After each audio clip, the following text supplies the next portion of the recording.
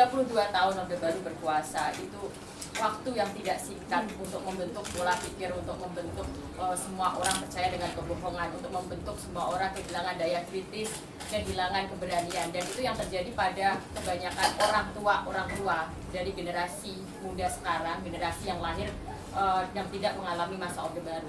Dan pada saat yang bersamaan di sekolah-sekolah terutama, guru-gurunya pun adalah orang-orang yang dibentuk oleh sistem Orde Baru itu. Dan sampai sekarang kurikulum sekolah pun tidak ada perubahan.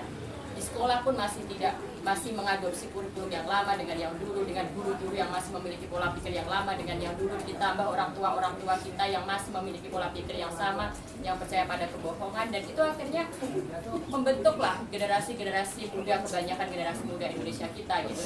Dan di titik inilah saya percaya bahwa buku, sastra, festival sastra adalah sarana paling utama untuk menggempur itu semua, untuk melawan segala kebohongan, segala propaganda, untuk mengimbangi kurikulum sekolahan yang warisan Orde Baru. Dan sekarang kita lihat buku sastra, festival sastra, dan diskusi-diskusi publik justru menjadi yang paling ditakuti oleh polisi, tentara, dan ormas. Kan apapun isi buku sebenarnya tidak ada yang punya wewenang untuk memberangus buku itu. Dan di sini saya pikir inilah saatnya kita harus benar-benar bersatu untuk menolak dan melawan, karena terbukti hanya dengan keberanian dan dengan semangat untuk melawan semua ini bisa kita lalui dan kita tidak akan tunduk lagi pada kebodohan-kebodohan masa lalu.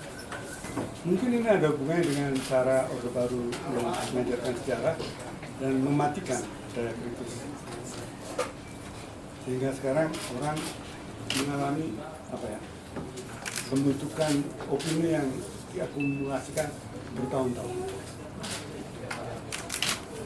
Saya tidak tahu bagaimana kita menghadapi ini kecuali kita melawan dengan baik.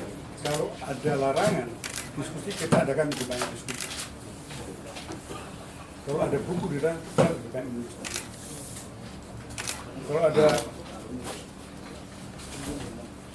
t-shirt partai kopi Indonesia dilarang, kita bikin partai kopi lebih banyak. Kami merasa ini ada hubungannya dengan gerakan-gerakan kritis, gerakan-gerakan perlawanan masyarakat yang lebih luas yang dilakukan dalam beberapa waktu terakhir, misalnya di Rembang dan sebagainya, menolak industri-industri ekstraktif, yang sebagian dari tenaga dan gagasan untuk melakukan itu tentu saja bersumber dari pemikiran-pemikiran kritis, meskipun juga tidak semua tentunya orang yang hidupnya mata pencahariannya terancam tentu saja akan melawan dengan sendirinya tanpa harus membaca buku-buku dan teori-teori. Apa dampaknya ke penerbit atau penerbit kecil independen? Ya saya pikir dari kami sih untuk menghadapi ini tidak bisa lain, kita harus lebih kuat untuk mengorganisir diri, karena kelemahan selama ini adalah kita tidak punya jaringan organisasi atau advokasi, dan ini yang cukup kuat sehingga rentan sekali dibubarkan di satu tempat dan lainnya. Saya pikir ini momentum yang tepat untuk lebih berorganisasi. Memang ada satu masalah, misalnya TAP MPRS tahun 66 itu tentang pelarangan paham komunisme dan Leninisme dan penyebaran itu belum dicabut ya. Tapi harus dilihat bahwa ada TAP MPR tahun 2003 kalau tidak salah, itu yang menyatakan bahwa penegakan upaya aparat keamanan untuk melakukan hal itu harus menjunjung tinggi tadi nilai-nilai prinsip demokrasi, hak asasi manusia, dan hukum yang berlaku. Jelas bahwa terjadi pertarungan kekuatan sebetulnya untuk mengungkap ini semua di tubuh negara itu sendiri. Seperti contoh komitmen kami tahun 2014 untuk memutar senyap dan segala macam, kita mendukung rekonsiliasi sebetulnya, yang itu ide negara. Dan kami juga mendukung Komnas HAM, yang itu juga institusi negara sebetulnya. Jadi Komnas HAM bukan aktivis, bukan kekiri-kirian, dan kita tahu juga Tan Malaka sekarang sudah menjadi pahlawan nasional gitu.